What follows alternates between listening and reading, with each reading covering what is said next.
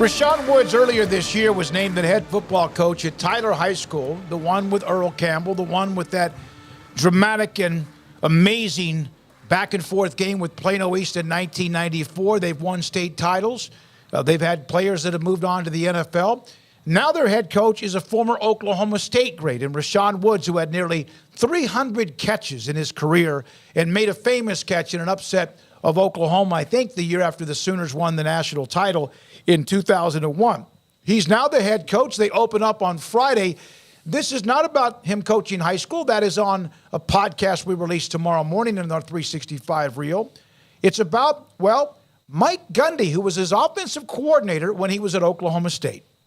Rashaun, you played at Oklahoma State, had a great career, nearly 300 catches, made some dramatic catches and moments for Oklahoma State, whether it's against Oklahoma in the Bedlam or whatever. Mike Gundy, I believe, was the offensive coordinator when you were there, and now he's been the head coach for a long, long time. Did you see that kind of success he would have as a head coach when you were there, when he was an offensive coordinator? He's a guy that's extremely gifted as a coach. There's no doubt about that. One of the top coaches in the country. And he had a knack for putting us in situations offensively to win games.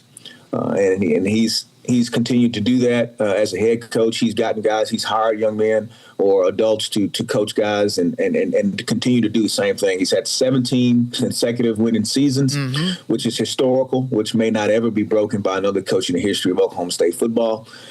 He is truly a pioneer in his own right and continues to do really some extraordinary things. I know people are eventually wanting a national championship, which I think has just been right out of his grasp a couple of years. But the fact that Oklahoma State fans are even talking about that is a testament to what he's done in the last 17 years there.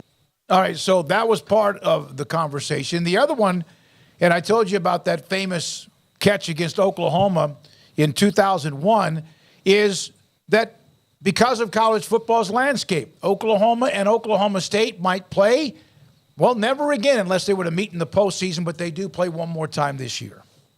Brought up Oklahoma State, I brought up Bedlam, and that's about the change. As you know, with Texas and Oklahoma headed to the SEC, the Big 12 has changed dramatically with the landscape of who they've added.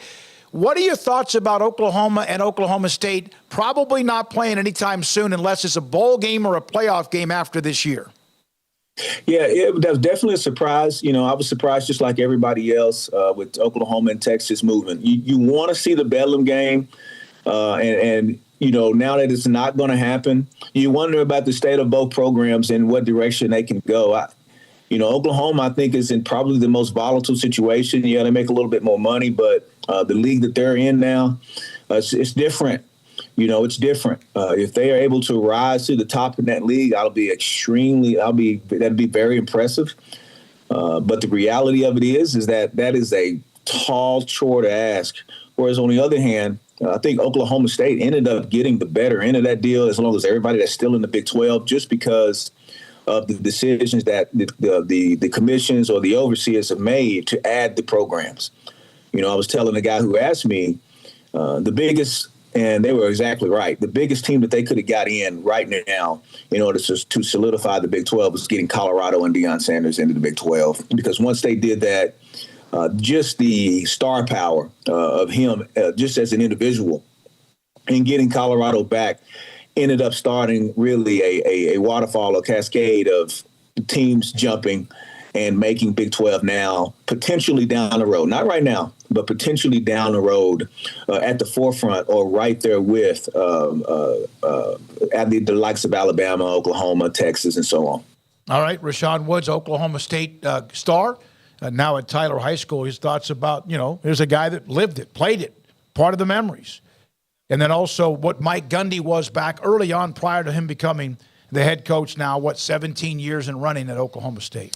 Yeah, I think it'll be, obviously for just mathematical reasons, it's good that Bedlam is over, as far as wins. Oklahoma State, severely behind in that rivalry. It's a very lopsided rivalry, yeah, it's not one that was, and most rivalries are like that. There's not a lot of them that are just neck and neck. There really aren't. There aren't a lot, yeah. And if you want to go neck and neck, you have to just pick a time where both teams are the same. And then go, that's where the rivalry was at its best. But quite often, like A&M and Texas, they've had their good years where it was, a streak of one, a streak of another, maybe a little back and forth. But that one's restarting, and it's still, A&M would have to win the next 35 of them to make it even. Not all can be Texas and Oklahoma that are pretty close. But it's still going to suck for the fans. I mean, it's easier to not like the school that's right over there as opposed to now you have to find a whole new school to be your number one rival. And it's just weird. Like all of a sudden you're going to wake up and be like, okay, who do I not like the second most? And can I get all the rest of the fans to agree with that? Who we don't like the second most is now the team we don't like the first most because the team we like the first most is gone. Yeah, I mean, it's I don't know. It's going to be a weird deal not having Bedlam, I think, for both schools. And I know Oklahoma will be off to greener pastures, literally and figuratively. But I think that even with the dominance of Bedlam, there's just something special about that. And that's not like the biggest state. It's not like we're, the state of Texas where there's Texas and Tech and Houston and TCU and there's A&M and there's UT and like you have all these various rivalries just within your own state. I mean, that's just them. That's just Oklahoma and Oklahoma State. That's the state of Oklahoma. To not have that, I think, is a loss for that state. But yeah, it's just part of the deal, and that's going to be, the situation when you look at whatever happens with the ACC and whatever American rivalries that started to develop. And I know that wasn't like real historical by any means, but things end, and that's unfortunate in some ways, but also maybe the way he's looking at it, you can be optimistic about change being good as well. And so if you're Oklahoma State, I mean, it's one less rivalry. It's also one less almost automatic loss on your schedule. And I'm not trying to say that in a negative way towards the Cowboys, but it's true. Like, there's one game that has been how many times does that game cost them in some form or fashion there at the end of the year? Like a playoff spot or a Big 12 title spot, that's something that maybe improves automatically by not having that game stand in their way of an extra win on the schedule. I can just give an example of right here in the 254. Baylor was 128-1 over 30 years against A&M, or 228-1 over that time. A&M left the league, and guess what happened? They've won the Big 12 3 times since they didn't have to play that game.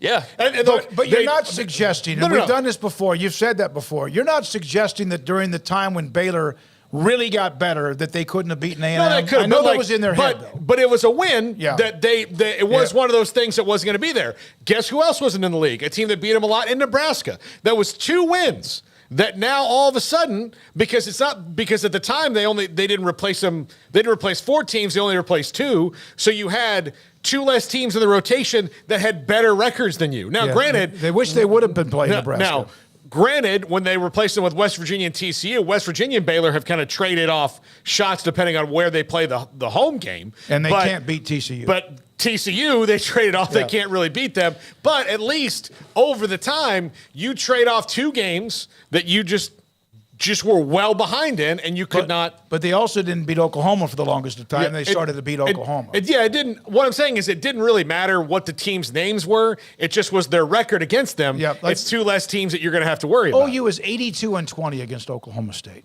Yeah.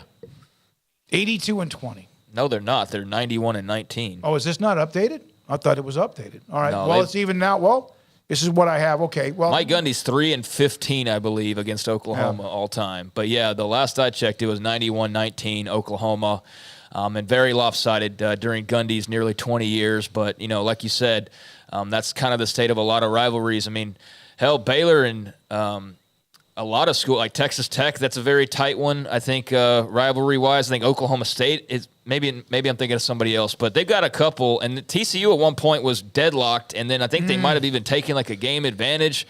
And then obviously the last like 7-8 years, it's TCU's like 7-1, and they've just blown it open. But that was when Briles left. That was like a dead heat of those 2 all time. And why it was nasty for a lot of reasons. Yeah, it was 50-50 overall. But I think just from Rashaun Woods' perspective, obviously a great player at Oklahoma State. I don't think Oklahoma State's getting nearly enough attention when it comes to the teams that could, really propel themselves towards the top of the conference or sit on top of the conference. Now, granted, I don't think anybody's just going to run the conference. I don't think that TCU, Tech, Baylor, Oklahoma State, BYU, Cincy, K-State, whoever. yeah. I don't think anybody's just going to turn into Oklahoma where they win several titles in a row and they're just the top dog, and it's clear that there's this fall off after them. But I do think that when you're talking about who could potentially do that, or who could be a team that wins a couple years in a row, or who's a team that wins like 3 out of 5 years, or goes on those types of runs, I think, I would start with the teams who've actually done it. So, Baylor, I think you have to give them some leeway there. I think TCU's obviously been in the mix and obviously very good. They, last year they didn't win the Big 12, but very good team. K-State obviously needs to be mentioned there as well. They've done it 3 times now. But I think Oklahoma State's another team that has been very close to having bigger results, and it's been that Bedlam game or just something like the Baylor loss in the championship game. Otherwise, they're in the playoff probably. Mm-hmm. I mean, they've been knocking on that door. So I do think Oklahoma State is almost quietly kind of sitting back while a lot of other teams are getting attention about who could be dominant, and they're one of those teams that I think should be mentioned. I think what you do, if